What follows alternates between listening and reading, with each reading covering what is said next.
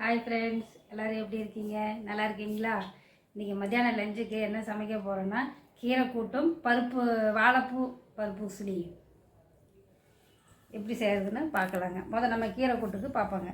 கீரை நறுக்கி வச்சுருக்கேன்,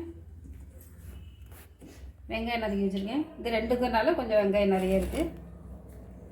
தக்காளி, பச்சை மிளகாய் 2 கட் பண்ணி வச்சுருக்கேன். வரமிளகா 2 தாளிக்கிறதுக்கு.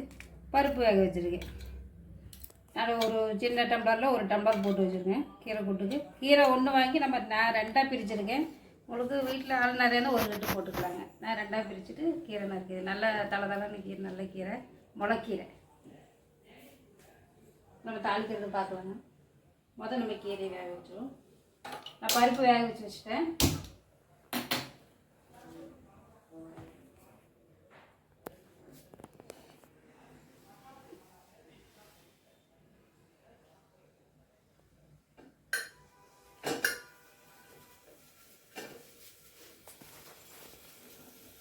நம்ம கீரை செய்யும்போது இந்த மாதிரி சட்டி இருந்தால் தான் நமக்கு சரியாகும். அத்து வச்சு கடையிருக்கு. ஆனால் இன்னும் இந்த பாத்திரத்தில் நம்ம இந்த அச்சு மாதிரி இருக்குது பார்த்தீங்களா? இந்த அச்சு போடுவோம் இல்லைங்களா? அது இருந்ததுன்னா இன்னும் நம்ம கீரை மசிக்க நல்ல இதாக இருக்கும். ஆனால் இது என்னென்னா வழுன்னு இருக்கும். கொஞ்சம் கடையிறதுக்கு கொஞ்சம் நேரம் ஆகும். இப்போ நம்ம எண்ணெய் ஊற்றிக்கலாம்.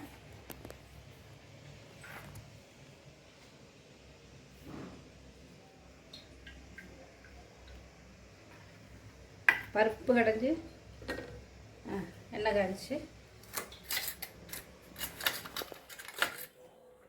முதல்ல நம்ம வெங்காயம், வரமிளகாய்.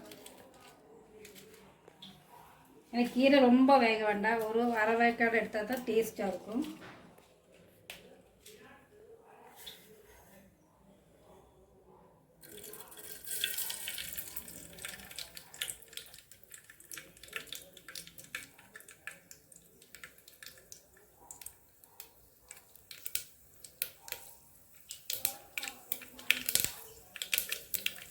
கடுகு ரொம்ப பொரிஞ்சிச்சுன்னா நம்ம கடையும் போது கடுகு நசுங்கி போயிடும். ஆனால் வரமிளகாலாம் நம்ம தாளித்து விட்டாலும் அந்த இதுக்கு காரம் இறங்கிடும். ஸோ 2 வரமிளகா, கருத்தலை போட்டாலும் அதில் தெரியாது. 2 வரமிளகா, கடலைப்பருப்பு, உளுத்தம்பருப்பு போடுறோம்னா போட்டுக்கலாம். இல்லை 2 போட்டிருக்கேன். அதுதாங்க. வெங்காயம் போட்டுக்கலாம். சின்ன வெங்காயம் போட்டு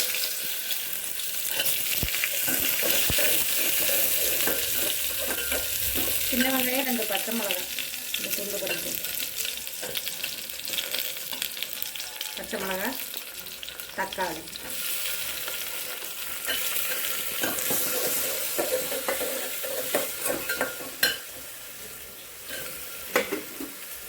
சட்டியில் வச்சுட்டு தெரியும்.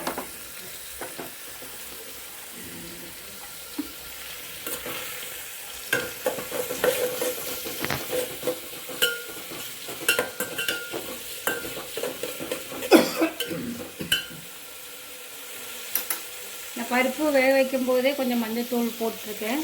நீங்கள் வெங்காயம் வணக்கும் போதும் போட்டோன்னா இன்னும் கொஞ்சம் கீரை எடுப்பாக தெரியும், நல்லா அழகாக இருக்கும்.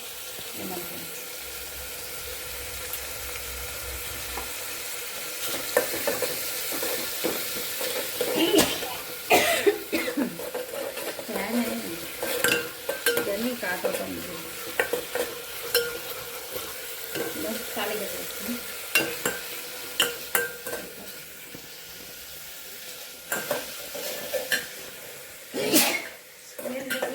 நல்லா முளைக்கீரை பார்த்து நம்ம கலந்துச்சுன்னா தோசைக்கு, இட்லிக்கெல்லாம் நல்லா இருக்குங்க சாப்பிட்றதுக்கு. நைட்டு மீதி வந்தாலும் நம்ம தோசைக்கு சாப்பிட்லாம்.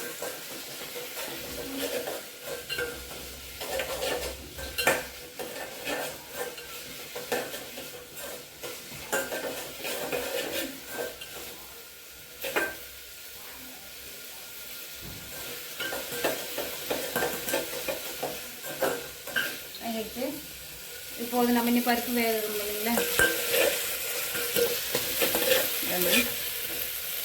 நல்லா கலர் காமிக்கணும். கீரை ஏற்கனவே நல்லா அலம்பி வச்சுருக்கேன். இப்போ இன்னும் நம்ம திருப்பி தண்ணியில் போட்டு வச்சு நம்ம அப்படியே அலம்பி எடுக்கும். ஏன்னா மண் இருக்கும், நமக்கு கண்ணுக்கு தெரியாத மண் இருக்கும்.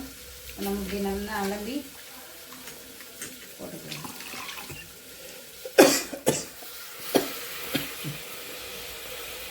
கீரை ரொம்ப வேக வச்சிட்டோம்னா அந்த கீரையோட கலர்த்தன்மை போயிடும். நம்ம ஒரு 10 நிமிஷம் வேக வச்சா கொடுப்போம். 10 நிமிஷம் கூட வேண்டாம். மூடி வைக்காதீங்க. எப்பவுமே கீரை வேக வச்சுன்னா மூடி வைக்காதீங்க.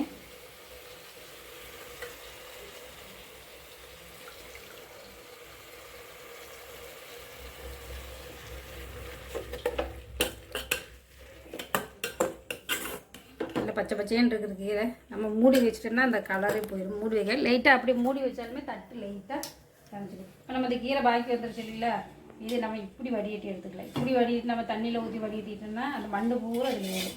இப்படி எடுத்துக்கலாம். இப்படியே கலக்கம் பண்ணும்போதே நமக்கு அந்த இது வரும். எனக்கு பெரிய வடிகட்டி தான் இருக்குது, சின்ன வடிகட்டி வரல.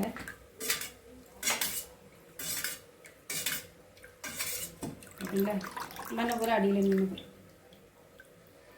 நல்ல தண்டில் தான் சத்து. அதுமாரி கீரையில் நம்ம நல்ல கீரை நடுவாங்களே, ஆனால் ஓட்டைக்கீரை இருந்தாலும் நிறைய சத்து இருக்கும் கீரையில். புழு கடிச்ச கீரைன்னு சொல்லி நம்ம வாங்காமல் வருவோம். ஆனால் அந்த ஓட்டை கடிச்ச கீரையில் தான் சத்து இருக்குது. ஏன்னா அது புழு இருந்தானே, வெளிநாட்டிலலாம் அது கூட விட மாட்டேங்கிறாங்க.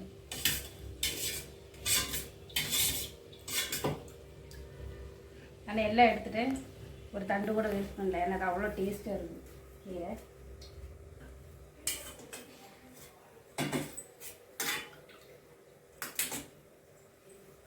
அப்படியே ஒரு வணக்கம் பண்ணிக்கிட்டு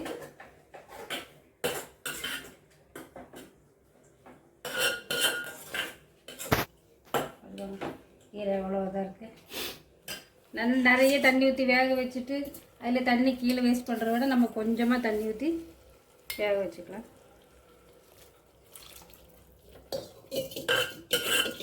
நல்லா கூட்டு மாதிரி நாங்கள் தண்ணி ஆடணும்னா நம்ம பருப்புலேயே கொஞ்சம் பருப்பு ஊற்றும்போது பாருங்கள், நம்ம ஒரு கொதியில் வந்தோன்னே பாருங்கள் கீரை எப்படி ஆயிடுச்சு. இதுதான் முளைக்கீரை. ஒரு கொதி வரட்டும். நம்ம அதுக்கு ஜீரகம் போட்டு தட்டி போட்டுடலாம். கல் எடுத்துருக்கு, ஜீரகம்,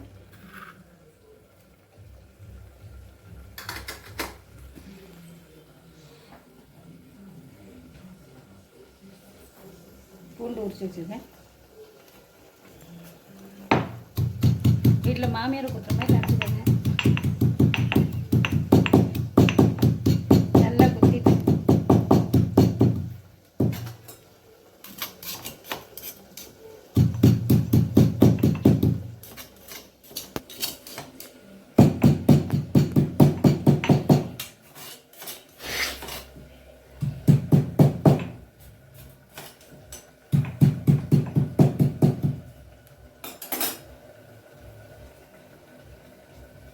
இதை போட்டு இந்த கீரை ஜீரகம் பூண்டு தட்டி போட்டோன்னா வாசனை அவ்வளோ. இதுதாங்க நமக்கு வாசனை நல்லா இருக்கும்.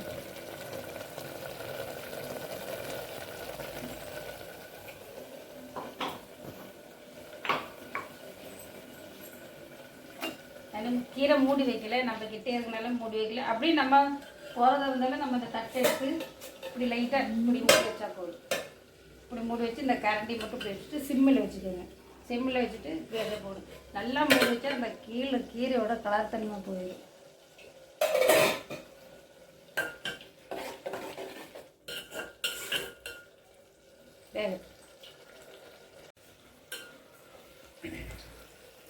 கீரை நல்லா வெந்துருச்சு.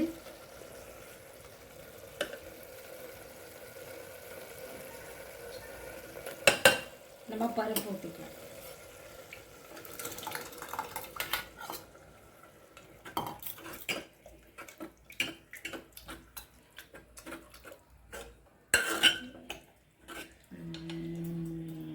இப்படி பருப்பு ஊற்றிட்டு உப்பு போட்டுக்கலாம். பருப்பு ஆல்ரெடி நம்ம வேக வச்சதுனால பருப்பு ரொம்ப கொதிக்க வேண்டாம். அது ஒரு கொதி வந்தோடனே நம்ம போட்டு மத்து போட்டு கடைஞ்சிக்கலாம். உப்பு போட்டுக்கலாம்.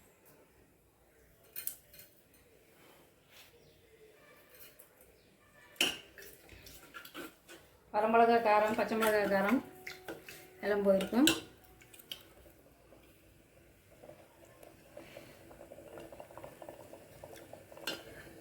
ஆமாம், டேஸ்ட் ஒரு கொதி வரட்டும்.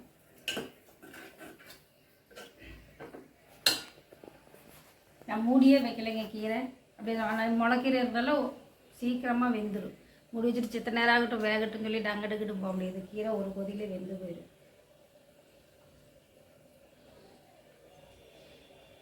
எப்படி இருக்கு பாருங்க.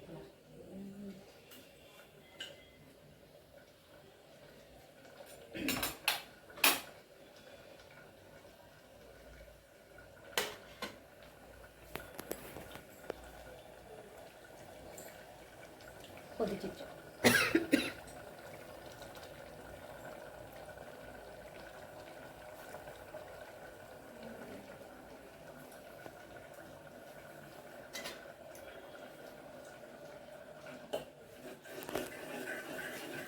கொதி வச்சு இப்போ நான் வந்து மத்து போட்டு கலந்துடுறேன். இப்போ வாழைப்பூ உசிலி பண்ணுறதுக்கு நம்ம பார்க்கலாங்க.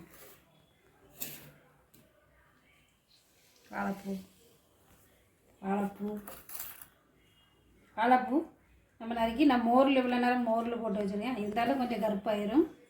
புது பூ ஃப்ரெஷ்ஷாக பண்ணுற மாதிரி தான் நமக்கு கொஞ்சம் வெள்ளைன்னு இருக்கும். இப்போ நம்ம அதை அரிஞ்சோடனே அந்த கருப்பு தன்மை வருது. அரிஞ்சு நான் மோரில் போட்டு இப்போ நல்லா அலம்பி வச்சுருக்கேன். வெங்காயம், பச்சை மிளகாய், கருவேப்பிலை, தேங்காய், பருப்பு நல்லா குழையாமல் பொறுன்னு எடுத்துருக்க பாருங்க. பாசிப்பருப்பு கொஞ்சம் ரொம்ப உடையும் வேண்டாம், ஒன்றும் வேண்டாம். ஒரு இடத்தரத்தில் வேக வச்சு வச்சுக்கோங்க.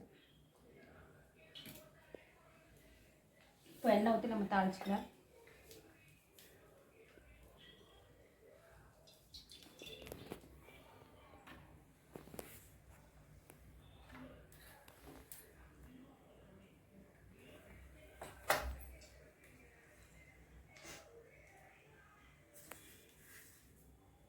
கடுகு,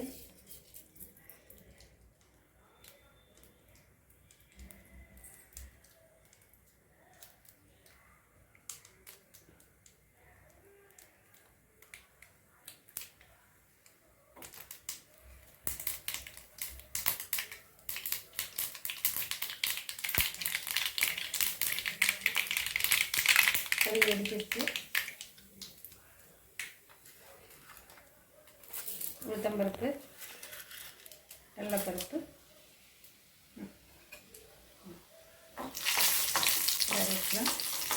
சிம்மில் வச்சுருங்க. அது உளுத்தம்பருப்பு பொரிஞ்சிச்சு. கருவேப்பிலை, பச்சை மிளகாய், வெங்காயம்,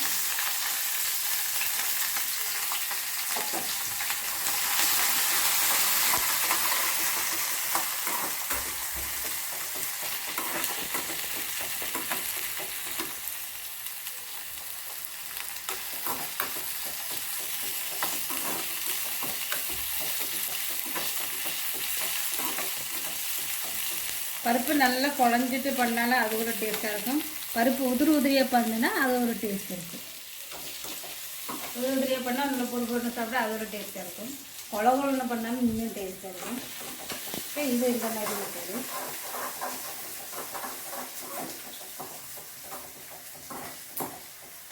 வெங்காயம் நல்லா வளர்ந்துச்சு.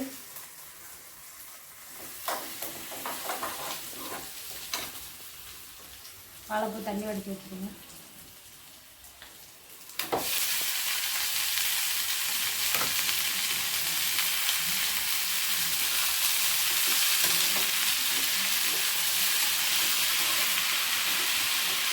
வாழைப்பூ எவ்வளோ நம்ம உடம்புக்கு சேர்க்குறோமோ அவ்வளோ நல்லது. கண்ணுக்கு, வயிற்றுவலிக்கு எல்லாம் ரொம்ப நல்லது சாப்பிட்றது.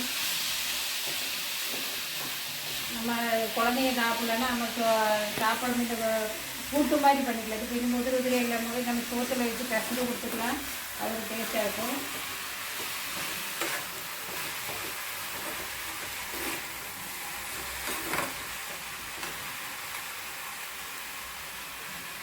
மஞ்சள் லைட்டாக போட்டுக்கலாம்.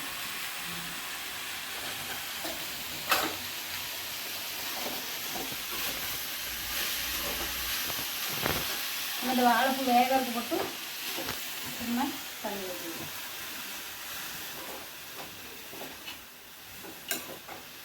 இதுலேயே நம்ம உப்பு போட்டுக்கலாம்.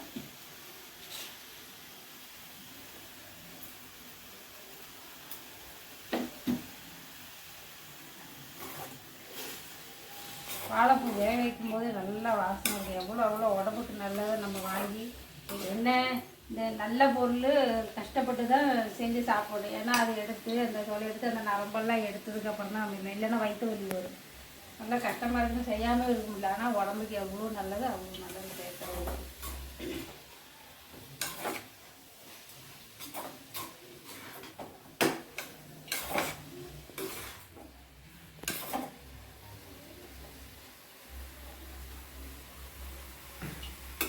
வேகத்துக்கு மூடி வைக்கணும்.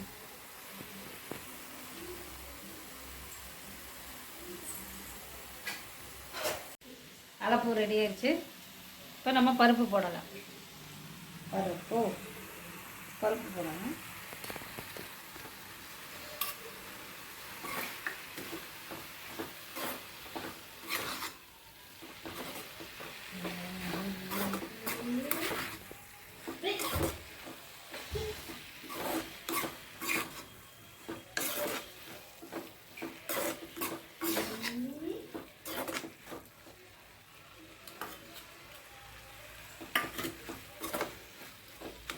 வாழைப்பூ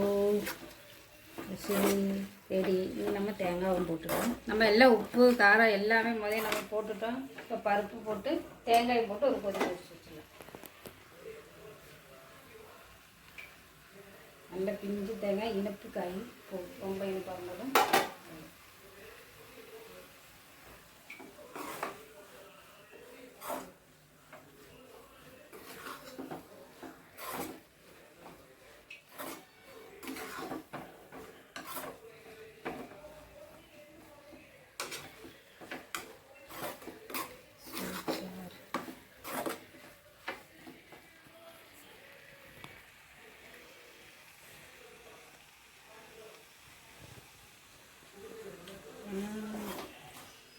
செம்ம டேஸ்ட்டு.